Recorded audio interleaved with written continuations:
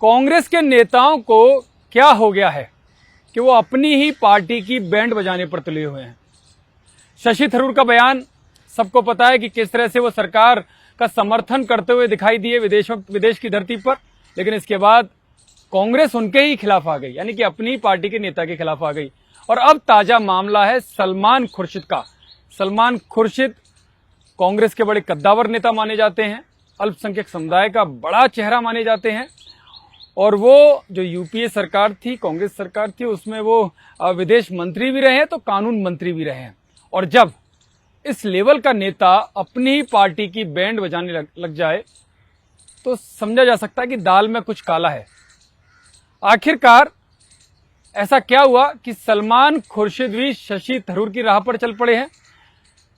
आखिरकार ये नेता क्यों अपनी पार्टी की बैंड बजाने पर तुले हुए हैं, और क्यों सलमान खुर्शीद ने मोदी सरकार के द्वारा जो 370, क्योंकि बड़ा ऐतिहासिक फैसला था आर्टिकल 370 को हटाने का, जिसके खिलाफ पूरी कांग्रेस पार्टी सड़कों पर आ गई, संसद पर हंगामा किया, उसके फेवर में यानी कि उसके समर्थन में सलमान खुर्शीद आ गए कि जो मोदी सरकार ने इसको हटाने का फैसला लिया वो सही फैसला था। कड़क बात कही मैं आज आपको इन सब सवालों के जवाब दूंगा कि आखिरकार सलमान खुर्शीद इस तरह का स्टैंड क्यों लेते हुए दिखाई दे रहे हैं। मेरा नाम है यतेंद्र शर्मा और आप देख रहे हैं कड़क की बात कही। सलमान खुर्शीद ने क्या कहा, क्यों कहा और कहां पर कहा, ये सब मैं आपको बताऊंगा, क्योंकि सलमान खुर्शीद ने ऐसा बयान दिया है कि जिससे कांग्रेस की छाती पर सांप लौटने लग गए हैं, कांग्रेस की बेचैनी बढ़ गई है। और वो बयान क्या है ये मैं आपको बता देता हूं, क्योंकि सलमान खुर्शीद के इस बयान ने एक तरह से पूरी कांग्रेस पार्टी का बैंड बजा दिया है। पार्टी की लक्ष्मण रेखा को क्रॉस करते हुए सलमान खुर्शीद ने कहा है, जिससे मोदी सरकार की तो बल्ले बल्ले है, क्योंकि जो ये वो फैसला है जब 370 को हटाने का, जम्मू कश्मीर से हटाने का फैसला मोदी सरकार ने लिया तो कांग्रेस ने साफ तौर पर कहा था कि जो संसद से लेकर सड़क तक कांग्रेस ने एक बहुत बड़ा हंगामा करने की कोशिश की थी कि इस फैसले को जो मोदी सरकार हटा रही है तो जम्मू कश्मीर में खून की नदियां बहने लगेंगी, खून खराबा पूरी कश्मीर घाटी में देखने को मिलेगा। इस तरह की बातें कांग्रेस की तरफ से कही गई थी। लेकिन आज सलमान खुर्शीद उसी फैसले को हटाने के लिए मोदी सरकार की तारीफ कर रहे हैं, क्योंकि और ये बयान ऐसा है सलमान खुर्शीद का कि अब कांग्रेस खुद ही खून के आंसू बहाते हुए दिखाई देगी, या बहने भी लग गए हैं, क्योंकि कांग्रेस के रिएक्शन भी आने लग गए हैं कि सलमान खुर्शीद से तो ये उम्मीद नहीं थी। लेकिन इसके पीछे बड़ी वजह है, वो वजह भी मैं आपको बताऊंगा। लेकिन सलमान खुर्शीद ने क्या कहा और क्यों कहा वो मैं आपको बता देता हूं। सलमान खुर्शीद क्योंकि उन 7 डेलीगेशन में से एक डेलीगेशन में गए हैं जो आतंकी घटना पहलगांव में आतंकियों के द्वारा की गई थी, जिसमें निर्दोष नागरिकों को मौत के घाट उतार दिया गया था, सिंदूर उजाड़ने का काम किया था, और जिसके जवाब में प्रधानमंत्री मोदी के नेतृत्व में भारतीय सेना के वीर जवानों ने वो करके दिखाया जो शायद ही दुनिया में किसी सेना ने इस तरह से करके दिखाया होगा, जो दुश्मन देश के इलाके में घुसकर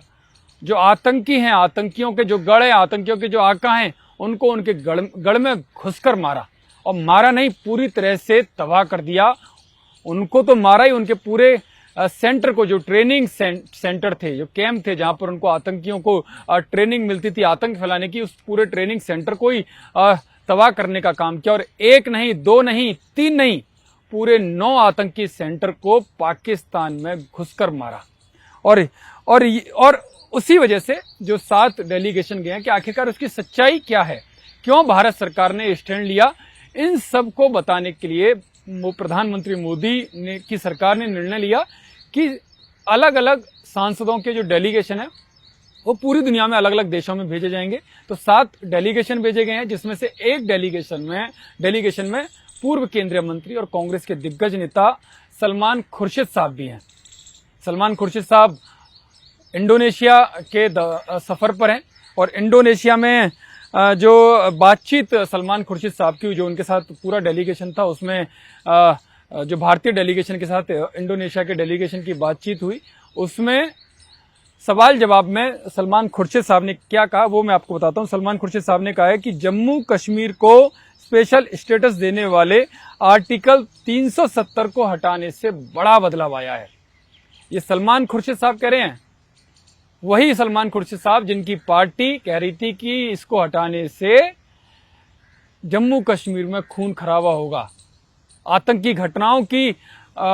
जो कैसे बाढ़ आ जाएगी। ये कांग्रेस के नेता आरोप लगाते थे मोदी सरकार पर कि हटाकर अच्छा नहीं किया, जम्मू कश्मीर को अस्थिर करने का काम प्रधानमंत्री मोदी की सरकार ने किया। लेकिन सलमान खुर्शीद साहब ने आज इंडोनेशिया में कहा है कि 370 को हटाने से बड़ा बदलाव आया है और ये बदलाव पॉजिटिव आया है, यानी कि पूरी तरह से सरकार के फैसले का समर्थन यहाँ पर जो सलमान खुर्शीद साहब है वो करते हुए दिखाई दे रहे हैं। और इसको हटाने के बाद आगे उन्होंने कहा है कि इस जो आर्टिकल 370 है उसको हटाने के बाद कश्मीर में चुनाव हुए और उसमें जो चुनाव हुए उसमें 65% जो मतदाता हैं कश्मीर के उन्होंने इसमें भाग लिया, यानी कि मतदान में हिस्सा लिया। खुर्शीद साहब ने इस आगे कहा कि कश्मीर में लंबे समय तक एक बड़ी समस्या थी और वो समस्या थी आर्टिकल 370, जो अपने ये होने का एहसास दिलाती थी कि जम्मू कश्मीर देश के बाकी हिस्सों से अलग है, यानी कि वो स्पेशल स्टेटस दिया गया है। जो भारत सरकार के जो नियम कायदे कानून बाकी के राज्यों पर लागू होते हैं वो जम्मू कश्मीर पर नहीं होते। और जब इसको हटाया गया तो कांग्रेस की प्रतिक्रिया आपको पता है कि सड़क से लेकर संसद तक किस तरह से किया। लेकिन आज वही सलमान खुर्शीद साहब प्रधानमंत्री मोदी के इस फैसले का समर्थन करते दिखाई दिए। और इसकी वजह मैं आपको बता दूं, इसकी एक बड़ी वजह तो यही है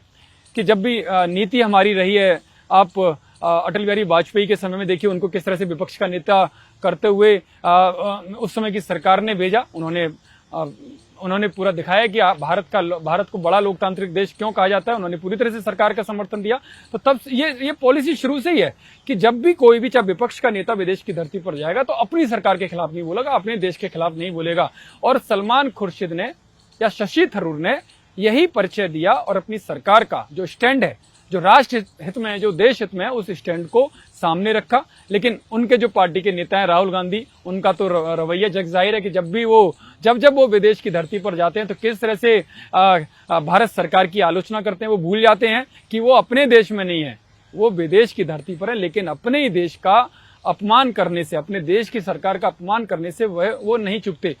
लेकिन अब मैं आपको एक बड़ा कारण और बताता हूं, ये कांग्रेस के नेताओं के मन में है, वो आरोप में लगाता हूं। ये सही है या नहीं सही है ये आप लोग तय करना, क्योंकि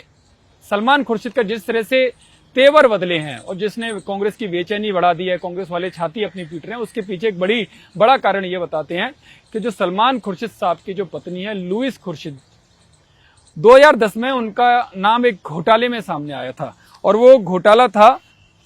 कि केंद्र सरकार से जो सब्सिडी उनके जो एनजीओ जो उनका ट्रस्ट है उसको मिली थी, उसमें घोटाले का आरोप था। खुर्शीद जी के जो पिता के नाम पर doctor Zakir Hussain memorial trust बनाया गया था, जो समाज सेवा के काम में बड़ा अग्रणी रहता है। लेकिन उसमें आरोप लगा कि जो दिव्यांगों के हित का मामला था और सामाजिक न्याय और अधिकारिता मंत्रालय से 71 लाख की सब्सिडी मिली थी इनके इस ट्रस्ट को, जिसको लुईस खुर्शीद, जो सलमान खुर्शीद साहब की पत्नी है, बेगम साहिबा हैं, उनको 71 लाख की सब्सिडी इस मंत्रालय से मिली थी। और वो मिली थी कासगंज का पटियाली, जो उत्तर प्रदेश का कासगंज है उसमें पटियाली कस्बा है, उसमें उन्होंने एक कैंप लगाया था। जो जानकारी मिली है उस 2010 में वो कैंप लगाया था और उसमें यह था कि जो सब्सिडी 71 लाख की मिली है उसमें से वो दिव्यांगजनों को जो ट्राई साइकिल होती है या उनके जो उपकरण होते हैं उनको फायदा पहुंचाने के लिए वो उपकरण फ्री में बांटने होते हैं। सरकार की पॉलिसी के तहत ट्रस्ट को ये काम दिया जाता है, तो इनके ट्रस्ट को ये काम मिला। लेकिन जो 71 लाख की सब्सिडी मिली उसमें से 10 लाख के गबन का आरोप लगा। और आरोप ये लगा कि जो कागजों में, यानी कि जो doctor Zakir Hussain memorial trust है, जो उन्होंने डॉक्यूमेंट्स जमा कराए, उसमें लगाया था कि कैंप लगाया गया कासगंज के पटियाली कस्बे में और उसमें ये उपकरण बांटे गए दिव्यांगजनों को। लेकिन जब सच्चा जो कह सकते हैं कि जब जांच हुई तो उसमें इस तरह का कोई कैंप ही नहीं लगा, यानी सब कुछ कागजों में खेल किया गया। और ये बड़ा आरोप था। और उस वक्त की जो जिला जज साहब थे, जो इन्होंने अग्रिम जमानत मांगी तो अग्रिम जमानत खारिज कर दी कि जांच को प्रभावित कर सकते हैं, और ऐसे में अग्रिम जमानत इनकी खारिज कर दी गई। तो मामला काफी पुराना है। तो उससे ये लगता है कि कहीं उस प्रेशर में तो नहीं है क्योंकि बीच में खबर आई थी चुनाव के समय, लोकसभा चुनाव के समय, कि सलमान खुर्शीद साहब बीजेपी नेताओं के साथ गलवैयां बढ़ा रहे हैं और वो बीजेपी में शामिल होना चाहते हैं। हालांकि इस पर बीजेपी की तरफ से कोई मैसेज नहीं आया कि वो सच में ये खबर सही थी या गलत थी, लेकिन ये अटकलें थी कि सलमान खुर्शीद साहब या उनकी पत्नी लुईस खुर्शीद बीजेपी में शामिल होना चाहती थी। अब इसमें कितनी सच्चाई है तो कांग्रेस के नेता जाने या बीजेपी के नेता जाने कि किसने किसको संपर्क किया, लेकिन खबरें थी। और अब जब सलमान खुर्शीद साहब इस तरह के तेवर आए और खुलकर जो 370 को लेकर, क्योंकि ऑपरेशन सिंदूर को लेकर चर्चा हो रही है, तो उसमें से 370 कहां से आ गया, तो यानी पुरानी बात को उठाकर उन्होंने जिस तरह से सामने रखा, और क्योंकि ये बड़ी महत्वपूर्ण बात है, क्योंकि पूरे कांग्रेस को हिला देने वाली बात है। तो ऐसे में अगर सलमान खुर्शीद इस बात को कहते हैं तो बात तो दूर तक जाएगी, बात तो जरूर कांग्रेस के नेताओं को चुभेगी, लेकिन इसके पीछे की सच्चाई तो बेहतर सलमान खुर्शीद साहब जानते होंगे कि सच में उनका देश प्रेम, राष्ट्र प्रेम और जो पॉलिसी रही है उसी को वो फॉलो कर रहे हैं शशि थरूर साहब की तरह, या फिर इसके पीछे की कहानी कुछ और है।